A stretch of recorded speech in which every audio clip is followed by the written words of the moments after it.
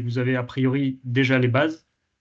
On parlera d'agroforesterie et surtout de la solution agroforestière, je dirais, face aux enjeux actuels de l'agriculture. Le fonds AFTER, qui est quand même le dispositif, le véhicule de financement sans lequel on ne ferait pas grand-chose là sur la thématique qui nous occupe aujourd'hui, hein, vraiment la transition des fermes dans les territoires. Et puis, on aura des témoignages, donc un agriculteur et deux entreprises qui contribuent à nos côtés, justement, et grâce au fonds AFTER, à accompagner un certain nombre de fermes tous les ans.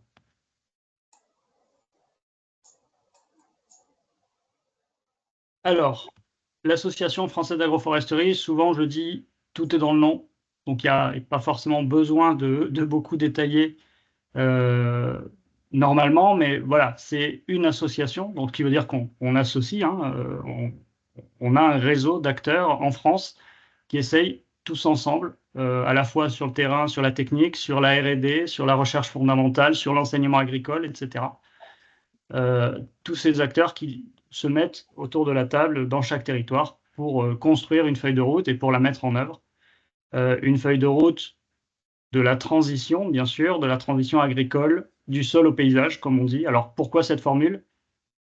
Simplement parce que c'est le sol et le paysage, c'est à peu près les deux choses qu'on a le plus négligées, je dirais, ou en tout cas qui ont le plus été malmenées, dégradées, on utilise le mot qu'on veut, depuis quelques décennies d'agriculture. Et l'ambition aujourd'hui, c'est de refaire à la fois des sols fertiles, bien sûr, avec de la bonne agronomie des sols vivants, euh, mais aussi de construire un paysage. Alors un paysage pas juste pour la carte postale, hein, surtout pas que pour ça d'ailleurs, mais aussi pour la partie productive des choses, hein. C'est-à-dire que c'est un outil de production et c'est un amortisseur, notamment climatique, c'est un véhicule de biodiversité, c'est tout ça. C'est l'environnement du sol, tout simplement.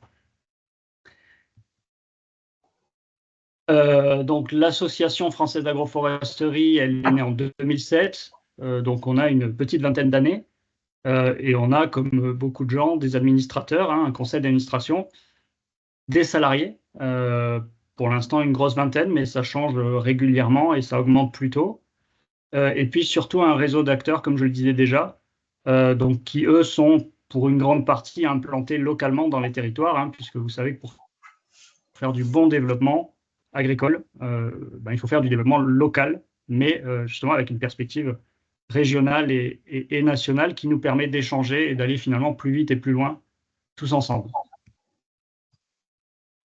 Alors, pourquoi l'agroforesterie? Peut-être déjà reposer quelques chiffres, quelques ordres de grandeur sur l'état de l'agriculture française ou sur l'ampleur du défi qui nous occupe. Alors, le but n'est pas d'être exhaustif hein, dans cette partie-là. On ne va pas vous faire un cours de toute l'histoire, mais globalement, pour qu'on ait quand même sache de quoi on parle, on a à peu près 400 000 fermes aujourd'hui en France, euh, dont une moitié qui est en cours de transmission ou qui va l'être très bientôt. Ça fait assez peu, 400 000 fermes, hein, puisque ça fait moins d'1 million d'actifs agricoles au global, sur une population qui avoisine aujourd'hui les 70 millions. Donc vous voyez que c'est un gros pourcent, 1,5% à peu près. Ce qui est très peu quand même pour nourrir un pays, mais voilà, ça veut quand même dire il y a une efficacité à tout ça, mais il y a aussi des défis à relever, bien sûr. Alors 30 millions d'hectares, le chiffre clé aussi qu'il faut avoir en tête, ça veut dire quand même que la France est un pays majoritairement agricole. Voilà. Donc on l'oublie parfois, on a tendance à penser qu'on pourrait faire du développement territorial, de l'environnement, etc., sans l'agriculture. En fait, c'est probablement pas possible et pas pertinent, puisque plus de 50% du territoire dans lequel on vit hein, tous les jours, c'est l'agriculture. Dans les défis, alors on en a choisi quatre, mais bon, il y en a probablement plein d'autres. Il y a un défi sur l'érosion et la dégradation des sols agricoles. Ça, c'est pas si nouveau que ça, mais malgré tout, au fur et à mesure des années, on voit que ça occasionne une dégradation certaine et surtout difficilement réversible, hein, puisque refaire du sol, c'est très long. On a une problématique changement climatique. Alors, les gaz à effet de serre, ben, l'agriculture, elle est à la fois émettrice et puis en même temps, elle est victime aussi des aléas climatiques et puis elle est solution parce qu'elle stocke en fait sur le temps court, moyen, long. Enfin voilà, c'est à la fois, c'est tout ça à la fois. Alors n'hésitez pas à couper vos micros si possible. On entend encore des bruits de fond. Dans les autres chiffres clés, bon, il y a la question de la maille paysagère, hein, bien sûr. Donc, beaucoup d'arbres et de haies agricoles qui ont été enlevés du paysage. Alors, pour plein de raisons, et on ne dit pas qu'il faut tous les remettre, hein, surtout pas d'ailleurs. Il y a eu ce qu'on a appelé le remembrement, il y a eu la perte des usages, il y a eu la mécanisation, il y a eu plein de choses. Euh, En tout cas, on a des parcelles globalement plus grandes et aussi plus facilement en monoculture. Hein, donc, quand on parle de standardisation, c'est ça, c'est la standardisation du modèle. Et donc, la monoculture est quelque chose qui vit mal les aléas, qui vit mal le changement de climat d'une année sur l'autre, enfin, etc., etc. Voilà. Et puis, la disparition des haies, là, je ne reviens pas. Je pense que c'est des chiffres qui ont été véhiculés pas mal par les médias. Voilà, c'est pour avoir ça en tête.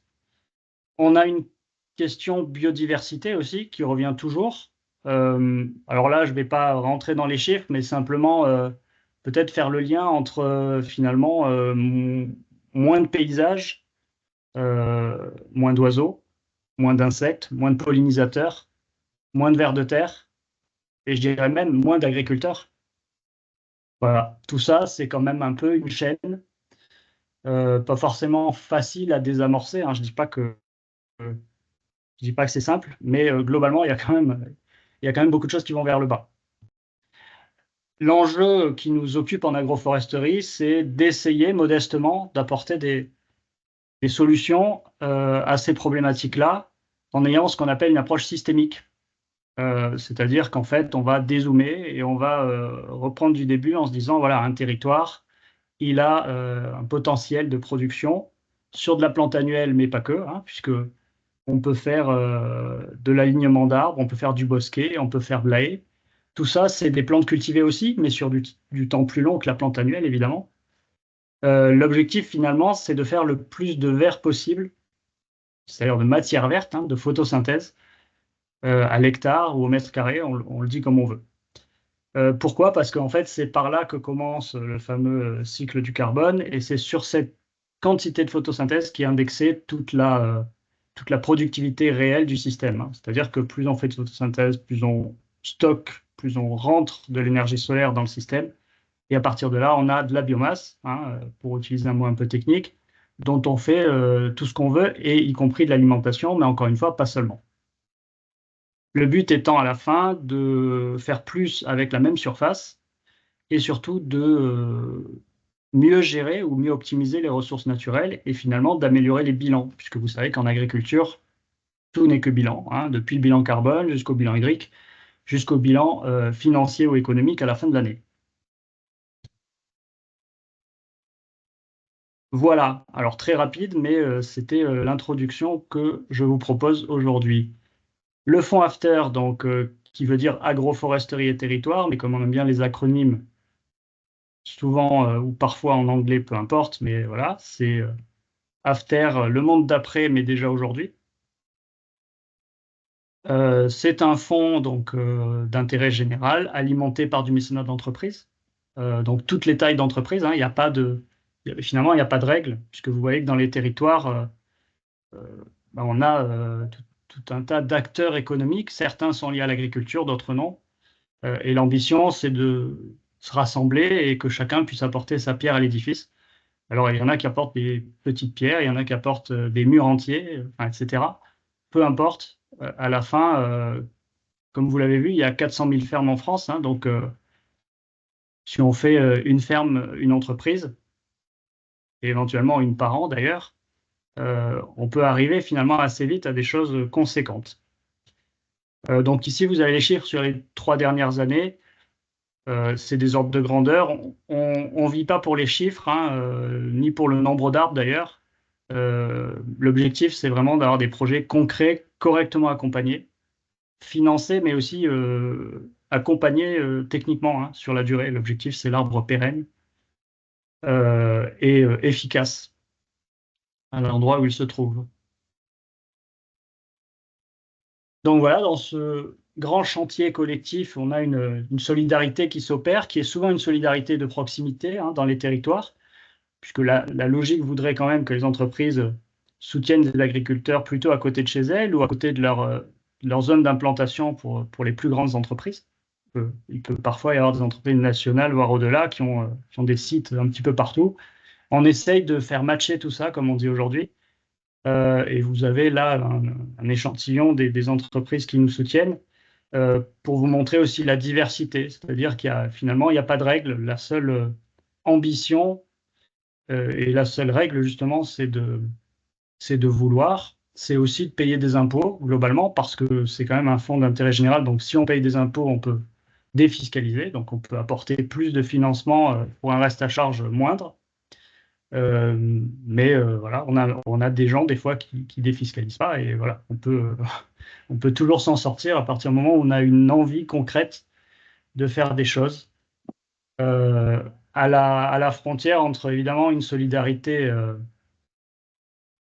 territoriale et puis de la reconnexion humaine aussi dans tout ça, puisque les agriculteurs, encore une fois, ils sont peu nombreux, mais en général, ils aiment bien rencontrer du monde, partager, ouvrir leur ferme. Et donc la transition est toute trouvée pour le premier témoignage d'Anthony. Si tu es par là, tu peux mettre ton micro. Oui, Et à ça toi y la est, parole. j'active le micro. Bonjour. Vous Bonjour à m'entendez, donc toi. c'est bon? Ouais, Oui, bonjour. donc toi, tu es en Ille-et-Vilaine. C'est ça, voilà. Je suis en Ille-et-Vilaine. Je suis installé depuis l'année dernière, depuis 2024, donc c'est tout récent, sur Tressé, une petite commune donc de l'Ille-et-Vilaine au sud de Saint-Malo, en production végétale diversifiée, donc vergers, petits fruits et plantes aromatiques et médicinales. Et avec l'objectif de construire début d'année prochaine un labo de transformation à la ferme, donc pour fabriquer des sirops, des confitures, des nectars, des jus, etc. Donc transformer tout ce que je produis en fruits et plantes. Donc le tout en bio et avec des ventes en circuit court. Du coup, pour parler un peu du projet agroforestier, bon, moi je l'ai pensé dès mon installation, puisque j'avais en fait un objectif de plantation qui était très dense et très diversifié sur une toute petite parcelle, enfin toute petite, elle est déjà grande pour moi, mais voilà, une parcelle d'environ 5000 mètres carrés. Et sur cette parcelle, donc, je devais à la fois intégrer des fruitiers, donc de type pommier, poirier, cerisier, prunier, châtaignier, noyer, mais aussi des fruitiers qui demandent un peu plus de chaleur, comme les kakis, les amandiers, les grenadiers, les abricotiers, les figuiers.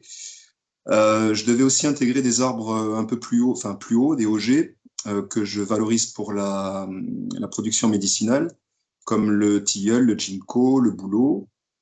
Fallait aussi intégrer des arbustes comme le néflier, le sureau, le noisetier, toute la gamme des petits fruits, framboisiers, myrtillers, groseilliers, cassis, etc.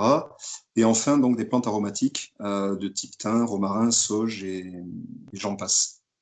Voilà, donc en fait, Donc un tu as un projet de système plantation qui est extrêmement très multistratifié, comme on diversifié. dit aujourd'hui, diversifié, avec beaucoup d'usages, Exactement, et exactement. Voilà, un très grand. principalement de la haie, du coup, c'est ça?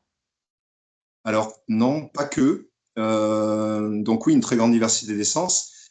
Et en fait, bon, justement par rapport au schéma de plantation, donc c'est au moment où où je réfléchissais à ce schéma de plantation que j'ai eu connaissance de l'appel à projet organisé par la FAV, donc via le fonds AFTER. Et donc c'est à ce moment-là que la FAF m'a orienté vers une liste d'accompagnants techniques. Donc, en l'occurrence, j'en ai choisi un pour m'aider à faire un diagnostic préalable pour mon projet, pour justement essayer dans la conception, de voir comment on pouvait recréer des microclimats variés pour pouvoir accueillir toutes ces essences qui avaient des besoins ou des besoins en expo ou en luminosité différents. Donc, on est parti en fait sur des haies, effectivement, de part et d'autre de la parcelle, hein, pour pouvoir l'abriter, parce qu'en plus, c'est une parcelle qui est très exposée au vent. On a également, à l'intérieur de la parcelle, on a créé aussi des tronçons alors ça reste des haies, mais c'est des haies qui sont multi-étagées, on va dire, avec donc des haies fruitières, avec des petites clairières de jardin-forêt entreposées entre ces haies-là, pour justement créer des microclimats abrités et pour implanter toutes les essences qui ont des besoins en chaleur et en lumière plus élevés. Et au fond de la parcelle, on a aussi installé un pré-verger pour les châtaigniers et les noyers. Voilà, donc il y a vraiment des zones D'accord. ben, très, Oui, très, donc, très, très différentes, très polyvalentes. Ouais. Voilà.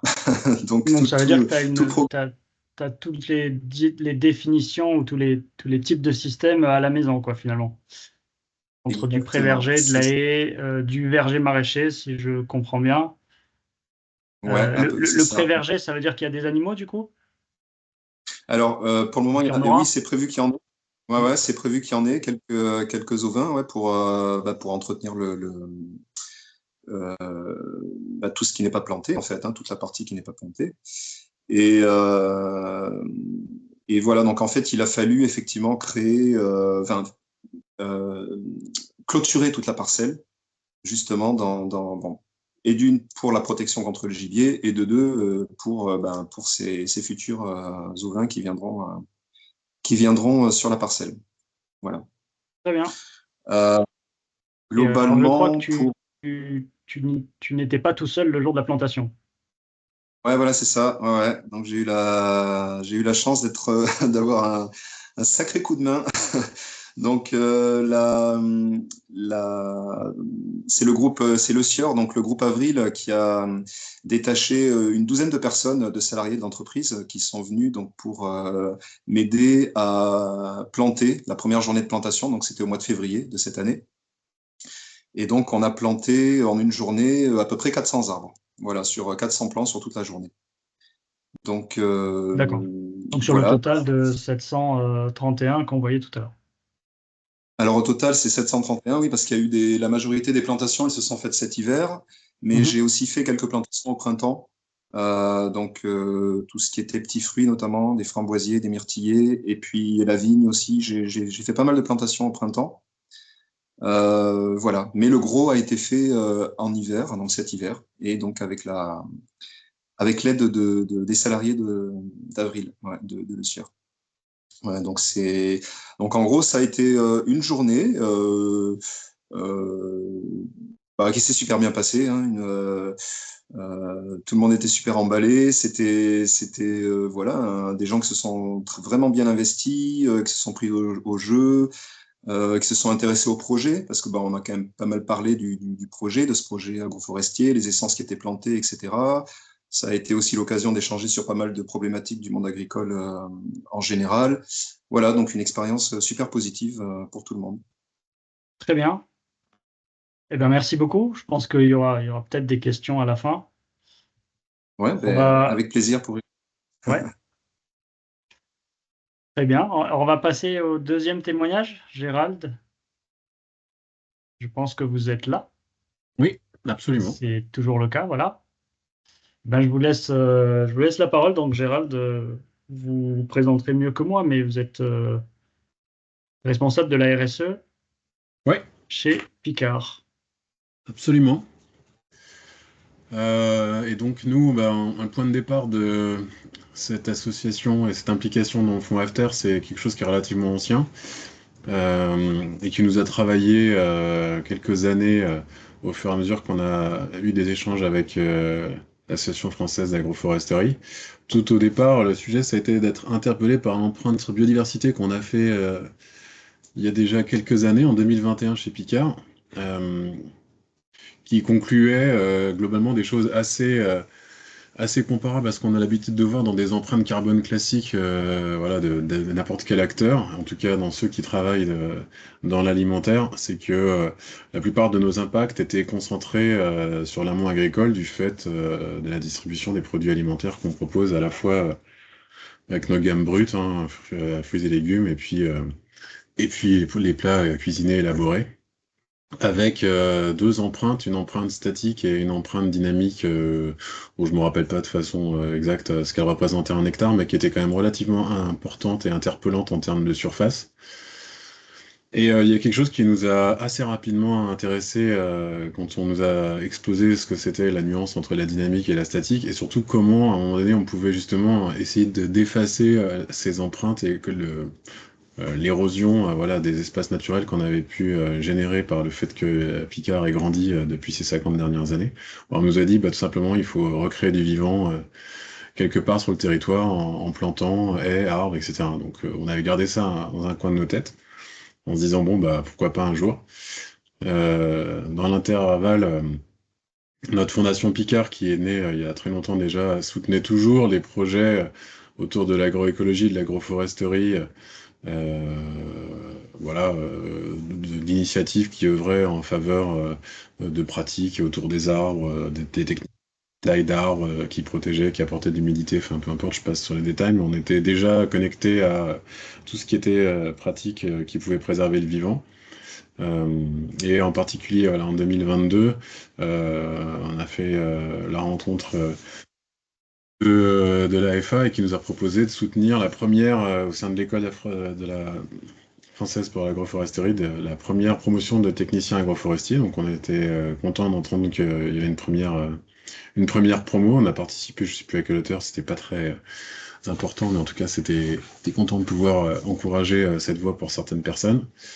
Les 2 années qu'on suivi, on a effectivement souhaité, suite à la suggestion de Fabien, contribuer à faire émerger ce podcast que peut-être certains d'entre vous connaissent, en tout cas que j'invite tout le monde à aller écouter parce que c'est tout le temps très intéressant et nourricier quand on veut s'intéresser à toutes les techniques que l'agroforesterie permet de créer, d'imaginer. Et puis l'an passé, nous avons fêté chez Picard nos 50 ans. Et c'est avéré que tout au long de l'année, puisqu'on a lissé les 50 ans de Picard sur les 4 saisons classiques, celle du printemps mettait à l'honneur ce qui est écrit les origines du bon. Et donc l'idée c'était de se projeter déjà dans les 50 prochaines années de l'enseigne. Et évidemment, à un moment donné, on arrive tous à la conclusion que pour que Picard soit encore vivant dans 50 ans, il faut quand même nécessairement le monde du vivant soit toujours vivant.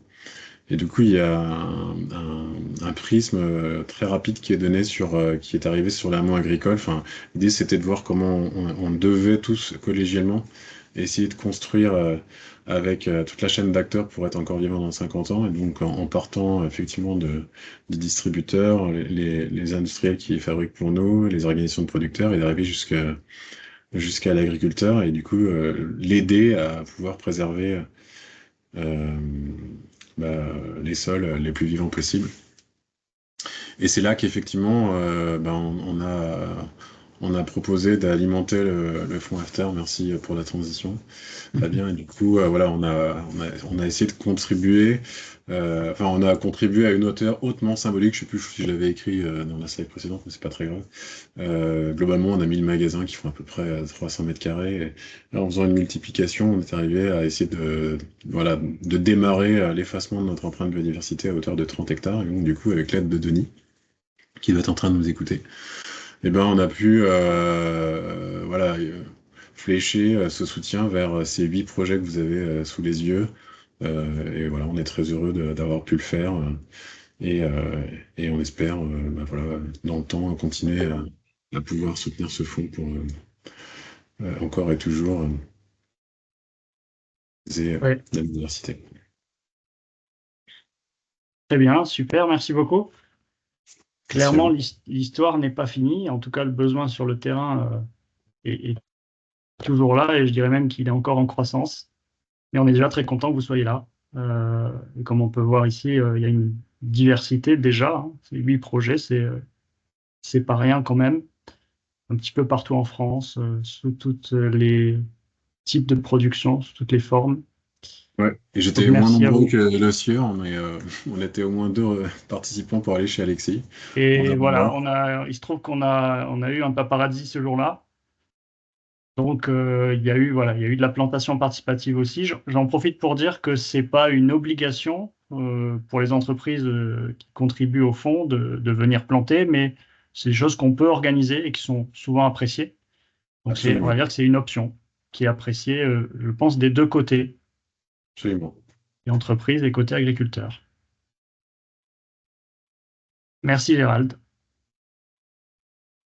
Et donc, un deuxième témoignage d'entreprise. Je pense que Mathilde est là. Oui, bonjour à tous. Donc, Mathilde, je Euh, vous laisse présenter Pumpkin et puis l'action qu'on a développée ensemble. oui, alors un grand merci à toute l'équipe de l'Association française d'agroforesterie pour l'invitation à ce webinaire.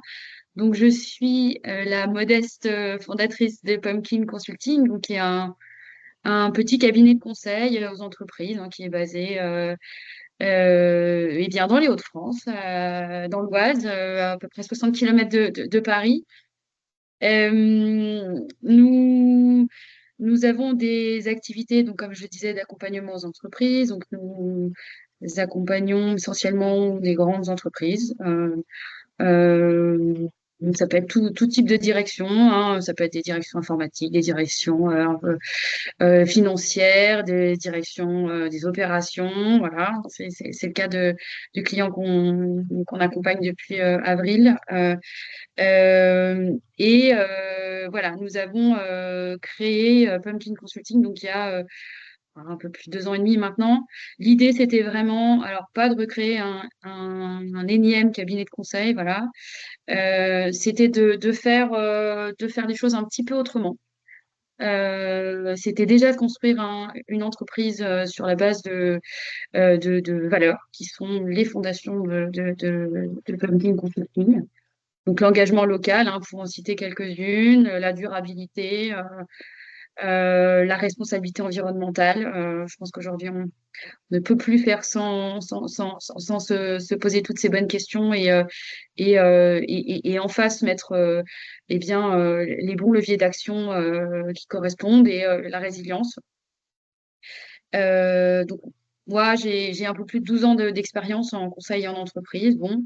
Le projet derrière, c'était, j'en parlais, de s'engager,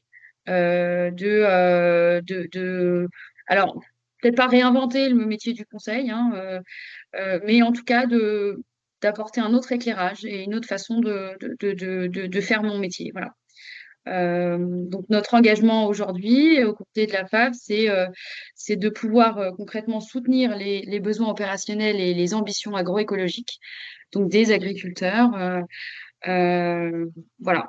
Et nous avons aussi, dès le départ, et je vais rapidement changer, intégré dans les statuts de notre société une raison d'être. Alors, donc ça aussi, une raison d'être qui est aujourd'hui notre colonne vertébrale.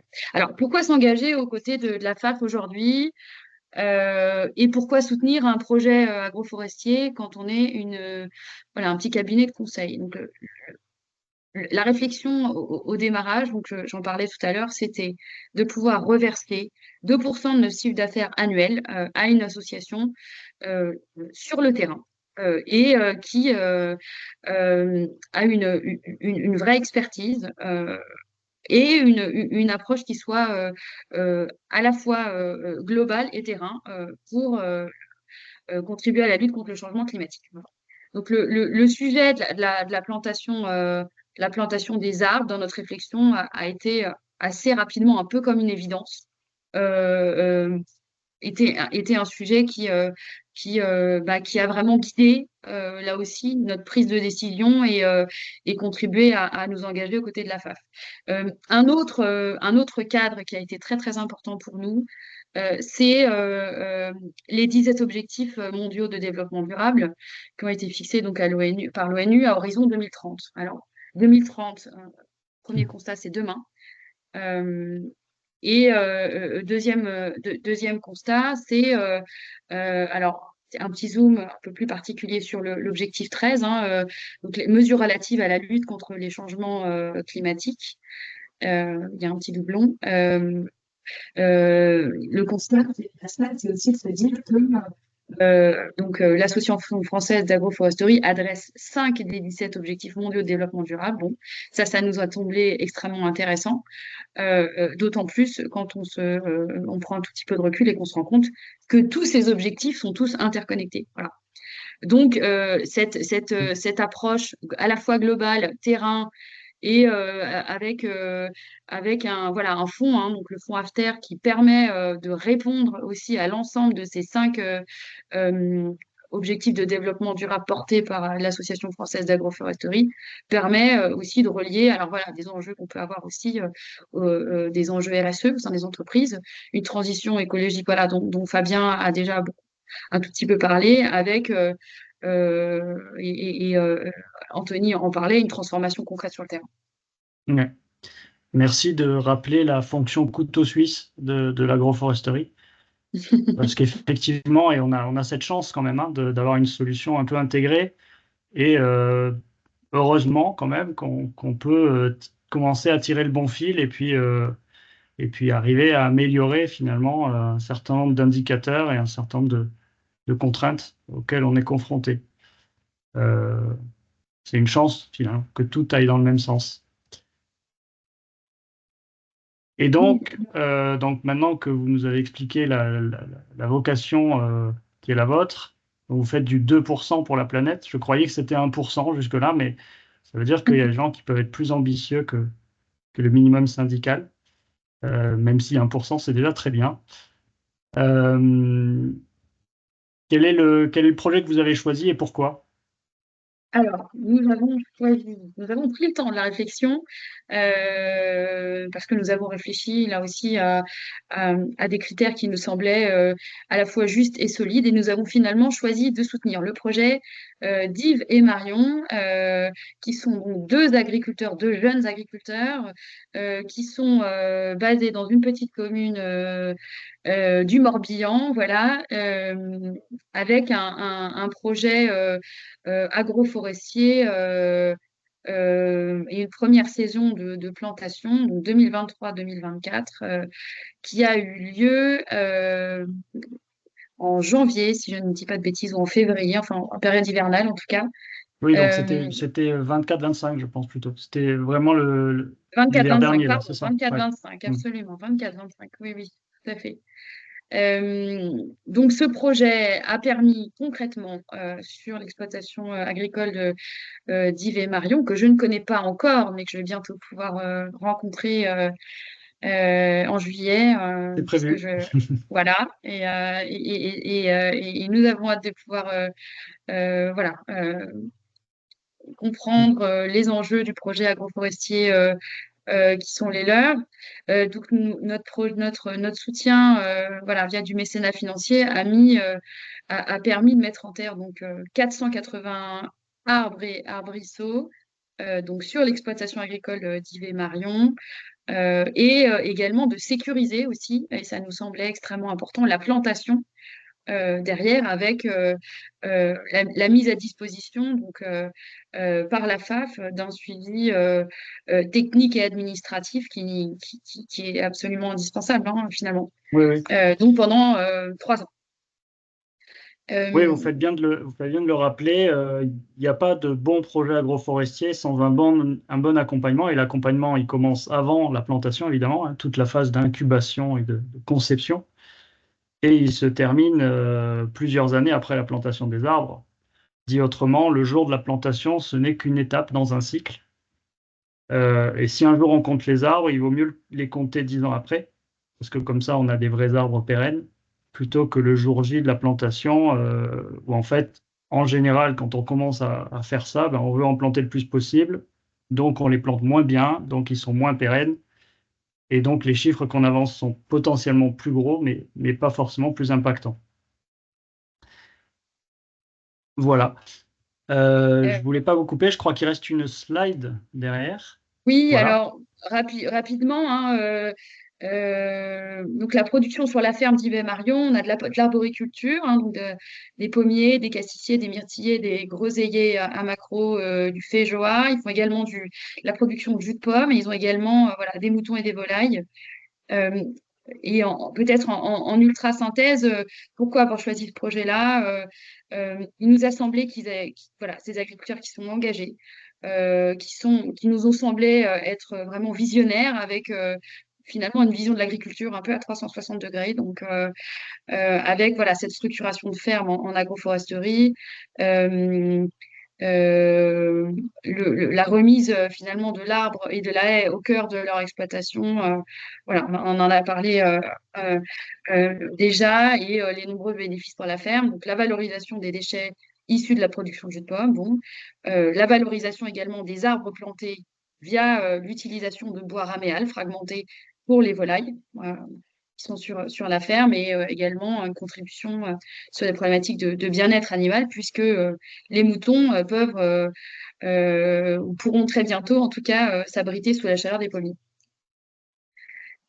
Voilà pour le choix de ce projet. Merci beaucoup. Quelques Et je vais perspectives accélérer un peut-être? tout petit peu. Bon, voilà, on en a parlé tout à l'heure. Ce projet qui continue, hein, puisqu'il va y avoir une nouvelle saison plantation. Euh, euh, et alors, évidemment, aussi une aventure humaine très riche avec la FAF, qui est maintenant un partenaire pour Pumpkin Consulting depuis 9 mois maintenant.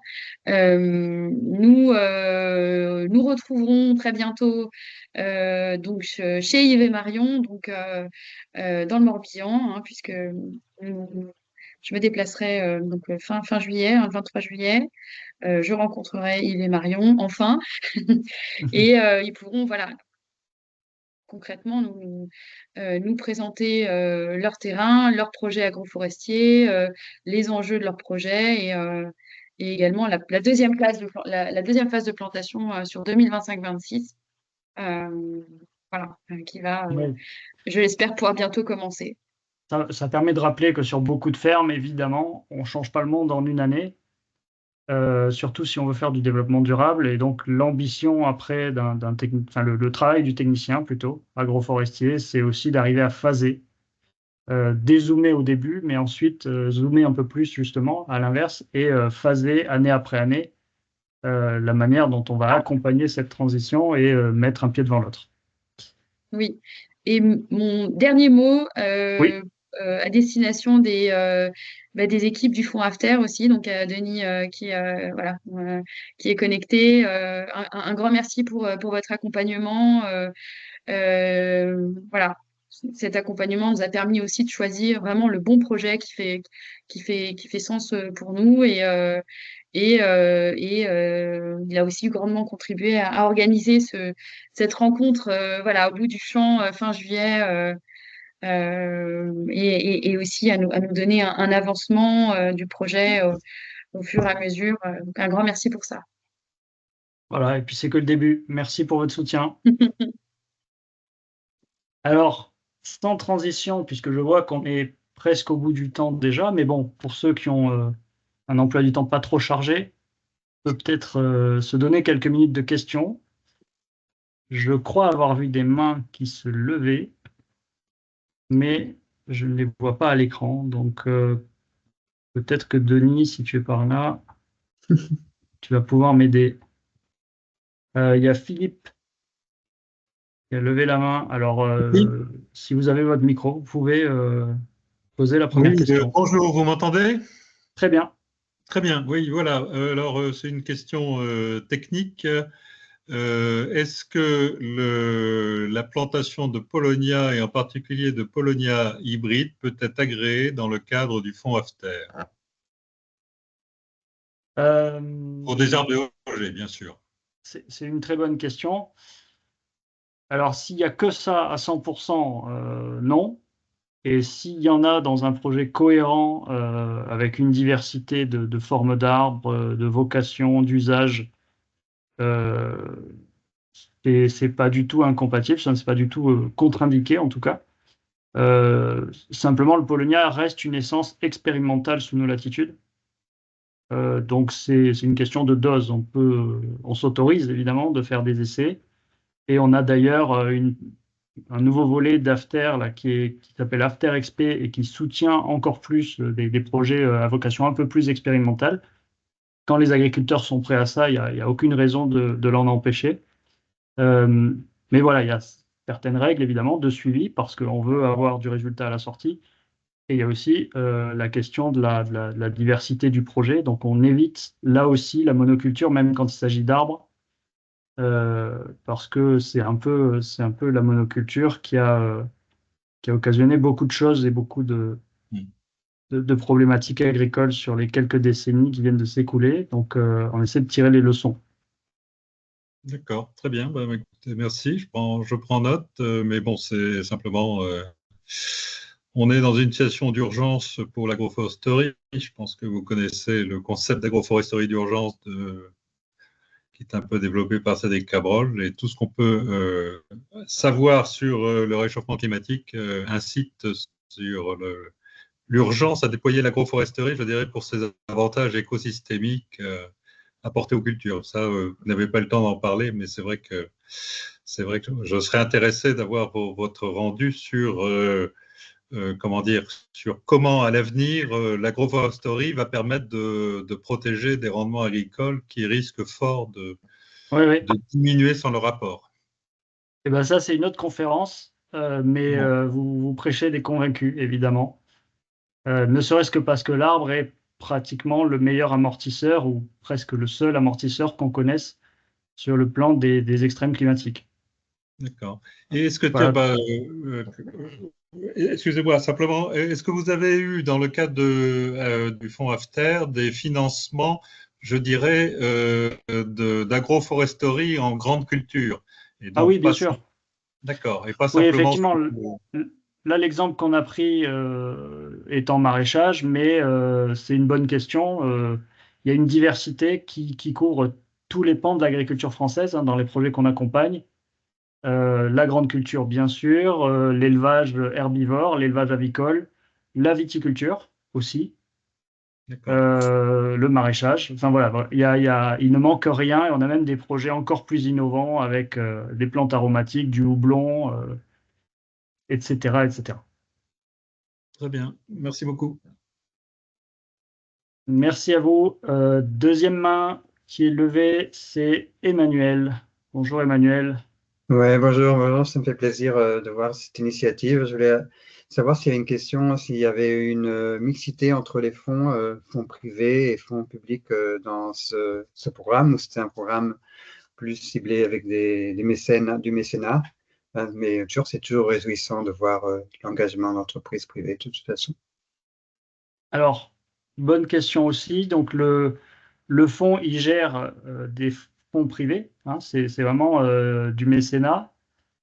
Et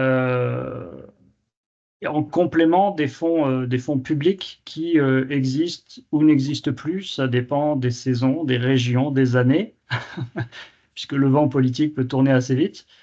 On sait de quoi on parle là en 2025 d'ailleurs.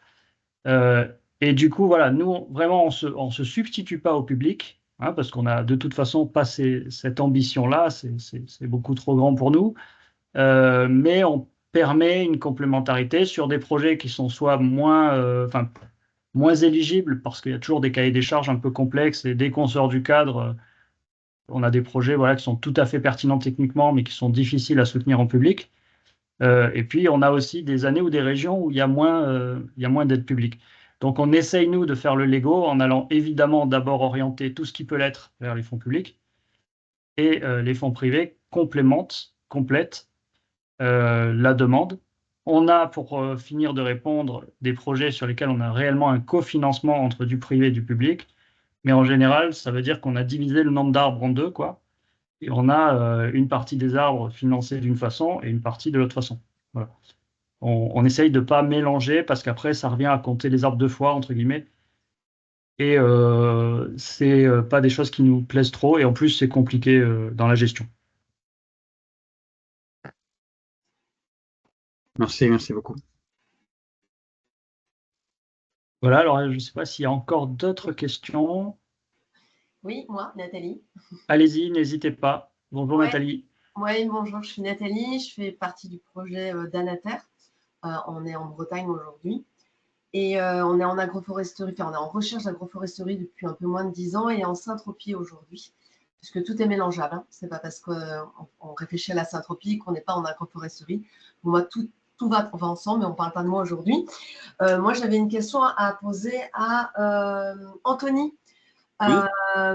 Par rapport aux arbustes, comme on voit, donc nous, on a vécu 20 ans dans le sud de la France et on est retourné sur les terres de mon mari. Et vu la canicule qui arrive beaucoup plus vite en Bretagne, comment ça s'est passé au niveau des arbres? Parce qu'on a beaucoup d'amis agriculteurs dans le coin où les plantations de l'année dernière, ils sont pratiquement morts alors qu'ils ont été paillés, plantés à des jeunes arbres d'1 an. Comment ça s'est passé pour vous, Anthony? Alors, effectivement, je ne m'attendais pas à un printemps aussi sec. Autant la plantation en soi au mois de février, donc c'est très bien passé puisque les conditions étaient vraiment idéales. Heureusement qu'il a plu juste après et que j'ai pu bien pailler dans la foulée. Parce qu'en fait, toutes les plantations que je devais faire début printemps, j'ai dû les retarder. Les conditions étaient vraiment trop sèches. Du coup, ça a été très très compliqué d'organiser les plantations du printemps. Sur les arbres qui ont été plantés cet hiver, globalement, tout est plus ou moins, tout a survécu, quoi. Donc, grâce au paillage et puis, je dois dire aussi un petit arrosage ponctuel de temps en temps. Alors, sur 700 arbres, ça fait beaucoup, beaucoup à arroser. Mais ouais, c'était compliqué cette année. C'était très compliqué. Et ça laisse penser un petit peu ce qui va se passer les prochaines années. Donc, voilà. Vous avez planté sur but ou pas? Vous avez planté sur but ou pas du tout? Non, j'ai pas planté sur but. Non. Non, mais avec une bonne dose de paillage, d'après ce qu'on voit à l'écran. C'est pour ça que j'ai remis la photo. C'est vraiment essentiel. Hein. Ouais, parce que là, nous, on plante les 300 arbres cette fin l'hiver qui arrive. Et donc, dans la première zone, puisqu'on devrait en planter plus, mais pour le moment, c'est sur fonds propres. Donc, c'est pour ça que je suis intéressée par ce site aujourd'hui parce que c'est hyper intéressant. Merci à Fabien. Et je veux juste dire un petit mot aussi par rapport au Paulownia, Philippe. Nous, j'ai des amis qui nous ont parlé de ce fameux arbre. Et dans notre recherche, mais c'est vraiment basique, hein, donc ça veut dire que je trouve que c'est un arbre qui prend au niveau racinaire énormément de place et qui je ne sais pas s'il va donner de la place aux autres au niveau de la biodiversité. Donc, ce n'est qu'un questionnement, puisque nous, on n'utilisera pas le Paulownia pour des choix personnels et qui nous sont propres. Mais voilà, regardez un peu avec ce Paulownia, parce qu'au niveau racinaire, il prend beaucoup de place. Donc, voilà. Et donc, il ne laisse pas beaucoup de place aux autres espèces. Je parle de l'agroforesterie, donc voilà. Oui, alors, voilà. La conférence sur le Paulownia, si vous voulez, on prend rendez-vous, on la fera le mois prochain, parce qu'il y a largement de quoi dire. D'accord. C'est ni un arbre à banaliser, ni un arbre à bannir.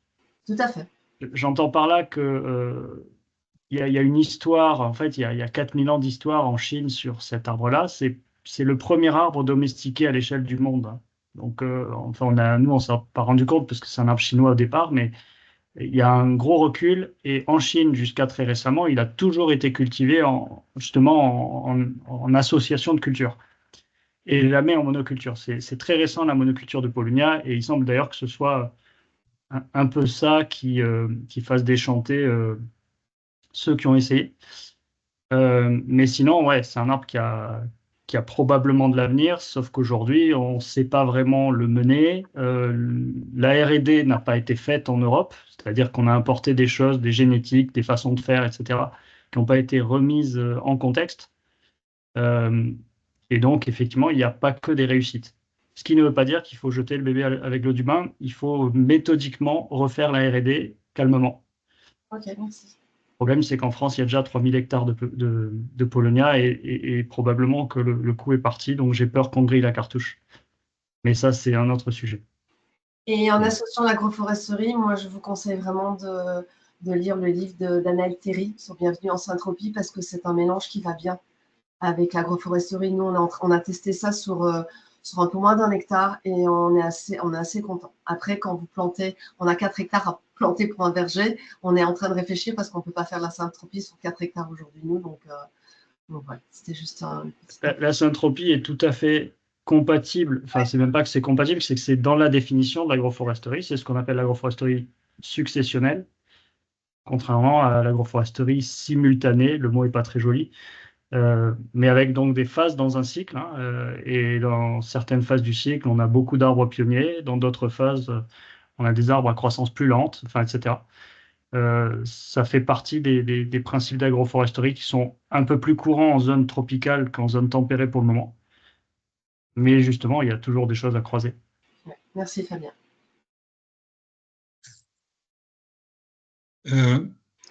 Oui, vous avez parlé des techniques d'aide, d'efficacité de la plantation en cas de sécheresse.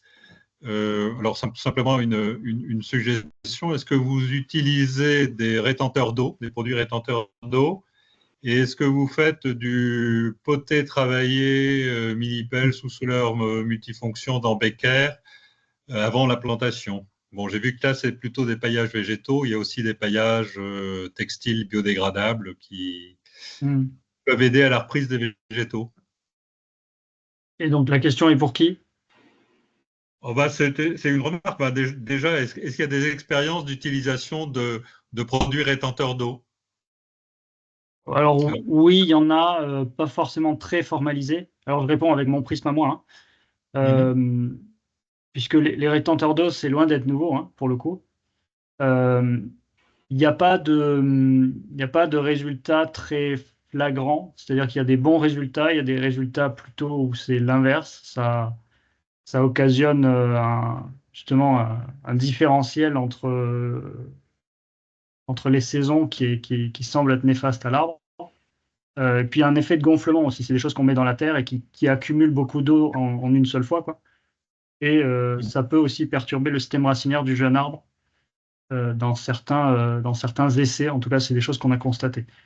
Voilà, donc là, c'est pareil, c'est plutôt des choses à finir de creuser pour voir si réellement ça sert. Après, ce que disait Anthony, moi, me semble très, très intéressant, hein, c'est-à-dire qu'il y a le paillage, et aujourd'hui, il faut se faire à l'idée que les arbres doivent être arrosés les premières années. Par contre, il ne faut pas les perfuser d'eau. C'est-à-dire qu'on ne met pas un goutte à goutte et on ne met pas un peu d'eau tous les 8 jours. On met 3 fois dans la saison une bonne quantité d'eau, justement pour aller imbiber les couches profondes de sol et guider les racines vers là où il faut, quoi.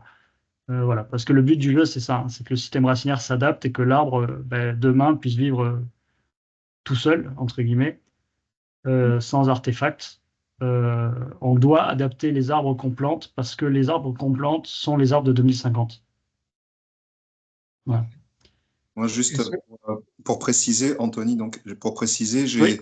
effectivement le paillage, vous avez vu sur la photo, là, il y en a une sacrée dose, hein, parce que j'ai pas voulu que la terre, quand j'ai vu le rythme auquel la terre se desséchait en surface, pour tout vous dire, j'ai repris le paillage.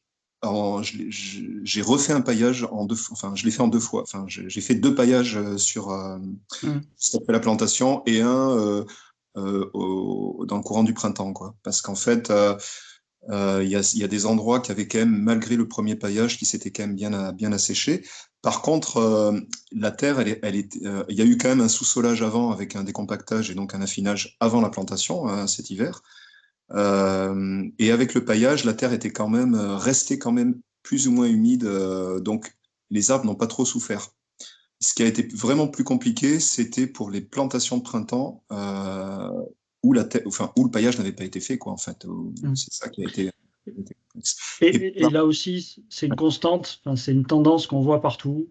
La saison de plantation aujourd'hui, elle se raccourcit des deux côtés, hein, au début et à la fin. Mais globalement, plus on plante tôt dans l'hiver, mieux c'est, parce que l'arbre il fait ses racines principalement en hiver, contrairement à ce qu'on pense. Et donc, quand on le plante tôt, il a le temps, avant les premières sécheresses, de s'être un peu acclimaté, un peu adapté, quoi. Quand on plante aujourd'hui au mois de mars, ben, c'est un peu qui tout double en fonction de l'été qui va suivre juste derrière. Voilà. Ah ouais. Alors, il y a des techniques, hein.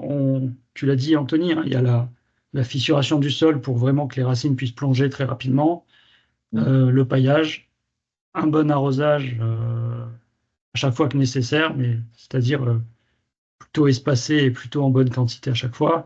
On adapte les techniques, on adapte les essences, on adapte tout ce qu'il faut parce que de toute façon, encore une fois, ces arbres-là, en 2050, il faut qu'ils soient encore là et il faut qu'ils soient vivants, quoi.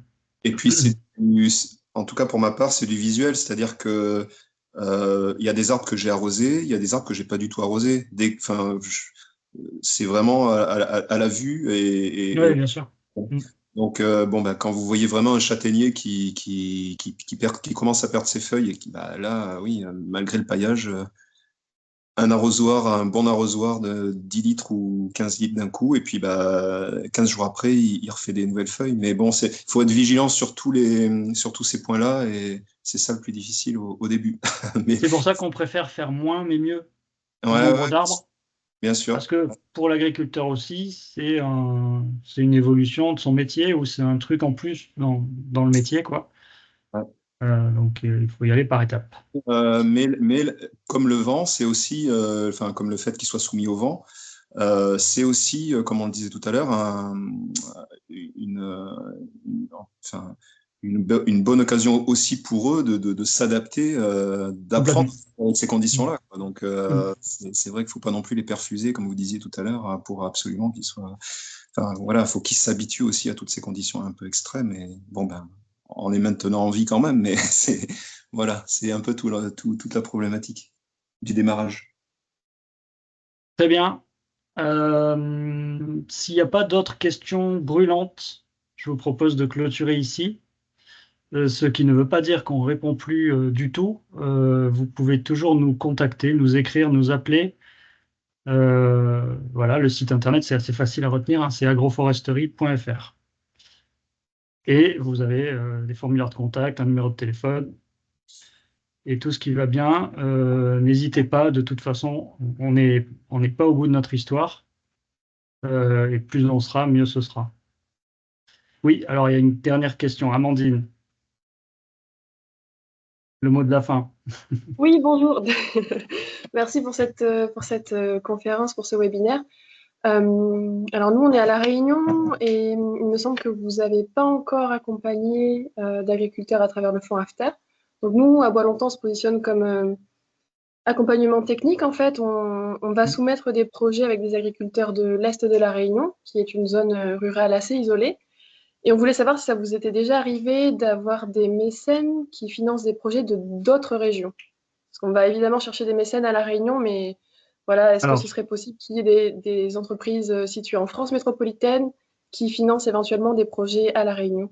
Très bonne question. Alors, nous, on essaye d'avoir, tout est dans le nom, encore une fois, agroforesterie et territoire. L'idée, c'est que les entreprises et les agriculteurs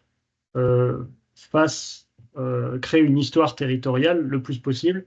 Pour autant, on a dans le fonds AFTER, dans les contributeurs, des entreprises de grande taille qui, du coup, soutiennent des projets partout en France. Alors, dans les Outre-mer, Réunion, on n'a jamais fait pour le moment, mais aux Antilles, en Guyane, on a déjà fait. Et effectivement, on a eu un peu des deux. On a eu des mécènes locaux et on a eu des fonds nationaux, on va dire, qu'on a nous-mêmes affectés ou suggéré d'affecter. Après, le contributeur a toujours le dernier mot, évidemment. Mais en tout cas, on peut proposer des projets d'outre-mer à des mécènes de l'Hexagone ou voilà, de territoires qui ne seraient pas le vôtre. Super, merci. Merci à vous tous. Et puis, restez à l'ombre. Il paraît que c'est la saison. Et le mot de la fin, je sais pas, souvent on dit que plus on est de fous, plus l'agroforesterie. Ça vous va? Oui, très bien. Très bien. Bon, allez. Et à bientôt alors. Et bon après-midi, Merci. bon week-end. Merci, au revoir. Merci. Au revoir. Au revoir.